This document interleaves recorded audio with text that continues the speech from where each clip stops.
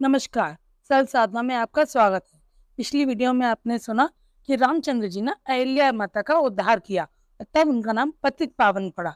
और अब रामचंद्र जी रघुकुल के राघव, पतित पावन और अब सीताराम जी होने जा रहे हैं। चलते चलते हैं जनकपुरी की ओर, जहाँ मार्ग में उन्होंने विश्वामित्र जी से सीता जी के जन्म की संपूर्ण कथा सुनी, और जहाँ सीता जी के विवाह के स्वयंवर की शर्त रखी गई है कि जो भी धनुष तोड़ेगा, शिव जी के धनुष को तोड़ेगा, उसी से सीता जी का ब्याह होएगा।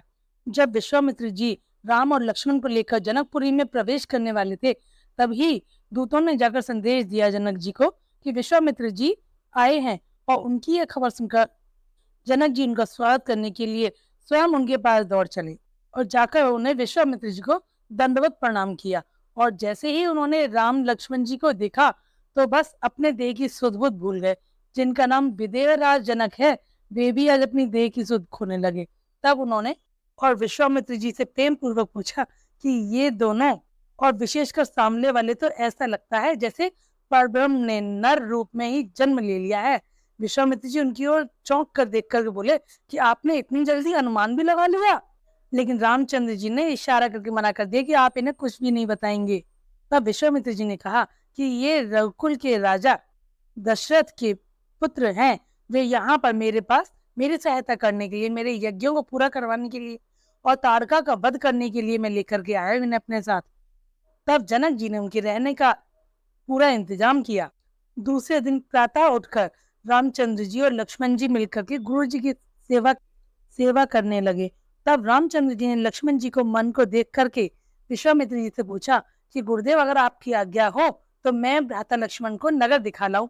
विश्वामित्र जी ने मन में सोचा कि तुम तो ऐसे कह रहे हो राम, जैसे तुमने नगर देखा हो, लेकिन तुम सिर्फ नगर वासियों के उनके नेत्र होने का लाभ देने के लिए ऐसा कह रहे हो। तब उन्होंने आज्ञा दी और कहा, तुम दोनों जन जाओ और नगर वासियों को अपने दर्शन देकर के जल्दी ही वापस आओ। राम लक्ष्मण नगर भ्रमण के लिए निकले। तब सभी चारों ओर के लोग उन्हें देख देख करके इतने प्रसन्न हो रहे हैं कि आज जैसे उन्होंने परब्रह्म देख लिया हो। उस समय कुछ नई नवेली गोपियां, जो कि अभी ब्याह होकर के आई थी, उन्हें घर से बाहर जाने की इजाजत नहीं थी, तो वे छत से ही रामचंद्र जी के दर्शन करने के लिए झुके झुके जा रही हैं। तब पूरा मुखड़ा ना दिखने के कारण दूसरी गोपियों ने उनके मस्तक पर फूल फेंके, और जब उन्होंने रामचंद्र जी ने सिर ऊपर किया, तब सारी गोपियों ने उनके मुख के दर्शन किए। उसी समय एक गोपी, जो उसी समय ब्याह होकर के आई थी, उसने अपना मुखड़ा उघाड़ करके जब रामचंद्र जी के दर्शन किए, तो उसकी सासू माँ उसे देख करके जली कटी सुनाने लगी।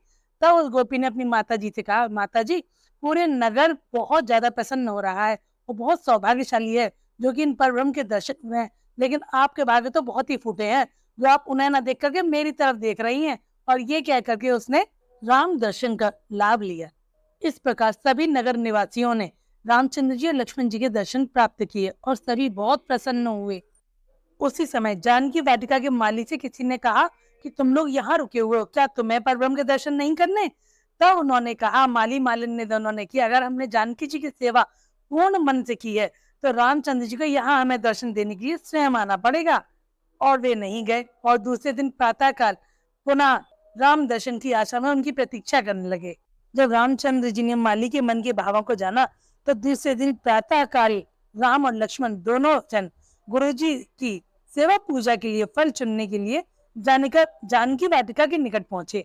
तब माली भैया से कहा, माली भैया, हमें आप अंदर जाने दीजिए, हम अपने गुरुदेव की पूजा के लिए फूल लेने आए हैं। तब माली ने कहा, भगवान, मैं आपको अंदर नहीं जाने दे सकता, मैं ही आपके लिए फूल ले आता हूँ। तब भगवान राम ने कहा, नहीं, हम अपने गुरुदेव की सेवा स्वयं करते हैं। तब माली ने कारण बताते हुए कहा कि आपका श्याम वर्ण है, मेरी वाटिका के सभी भौरे आपके ऊपर आपको परेशान करेंगे, और आपके श्याम वर्ण को देखकर काली घटा समझ करके मेरे वाटिका के सारे मोर नाचने लगेंगे, जिससे सारे फूल भी झड़ जाएंगे। तो लक्ष्मण जी ने कहा, ऐसा कुछ भी नहीं होगा। तो माली ने कहा, ठीक है, तो भी मैंने आपके बारे में जो सुन रखा है कि आपके चरणों की रज से एक शिला औरत बन गई थी, तो अब आप बताइए, मेरे सरोवर के निकट तो बहुत सारी शिलाएं हैं, अगर वो सब कन्या बननी तो मेरा क्या होगा? भगवान राम ने कहा, ऐसा कुछ नहीं होगा माली भैया। तब उसने कहा, माली ने कहा, यह तो जनानी वाटिका है, आप यहाँ क्यों आए हैं? तब भगवान राम ने कहा, ये भी कोई अलग होती हैं वाटिकाएं, जनानी और पुरुष की वाटिकाएं? तब माली ने कहा अच्छा एक तरीका है, मेरे घर पे 2 जोड़े नए लहंगे चुन्नी रखे हैं, अगर आप उन दोनों को पहन लेंगे तब आप जनानी बन जाएंगे और आप सीता मैया की जय बोल करके अंदर आ जाइएगा। रामचंद्र जी ने कहा हम ऐसा तो नहीं करेंगे। लक्ष्मण जी बोले बताओ हमें फूल चुनने के लिए क्या क्या काम करने पड़ रहे हैं। तब माली से कहा माली भैया आप हम पर कृपा कीजिए, हमें अंदर आने दीजिए। जब माली ने देखा कि बहुत देर हो गई है, प्रभु परेशान हो रहे हैं, तब उन्होंने अंदर आने के लिए इजाजत दी और रामचंद्र जी अंदर आए और फूल चुनने लगे। तभी वहां सीता मैया अपनी अष्ट सखियों के साथ में गौरी पूजन के लिए आई हुई थी और जब उनके पैरों की पायल की झनकार सुनी रामचंद्र जी ने, तो शरद ऋतु में भी भगवान राम जी के मुखार बंद पर पसीने की बूंदें छलक आई। तभी सीता जी की एक सखी ने जाकर देखा कि रामचंद्र जी वाटिका में आए हैं और वहां से दौड़ती दौड़ती सीता मैया के पास आई और बोली सीता आज तो वो भी यहाँ आए हैं जिनके दर्शनों के लिए हम सभी कल से उतावली हो रही हैं, आज तुम्हें भी उनके दर्शन मिल सकते हैं। ये कहकर वह उन्हें उनके दर्शनों के लिए लेके गई और सीता मैया ने नीचे नजरें करके मन ही मन भगवान को प्रणाम किया। पहले प्रभु श्री राम ने सीता जी को देखा, फिर सीता जी ने रामचंद्र जी की ओर देखा और मन ही मन में मेल हो गया।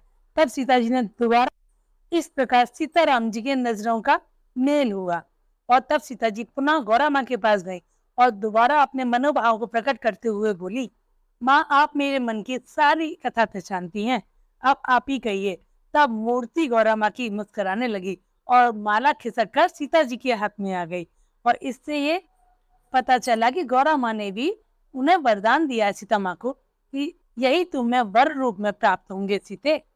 आशीर्वाद प्राप्त करके सीता जी अपनी अष्ट सखियों के साथ में पुनः वापस लौट आई और रामचंद्र जी लौट कर अपने गुरु जी के पास पहुंचे और उन्होंने गुरु जी से जाके सब हाल कह दिया कि वहां राजा जनक की पुत्री भी आई थी वाटिका में और वे हमें देख।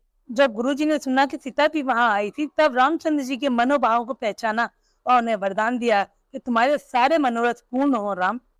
अगली वीडियो में हम सुनेंगे धनुष यज्ञ, सीता जी का और रामचंद्र जी का विवाह। तो चैनल को लाइक एंड सब्सक्राइब जरूर करें। जय श्री राम।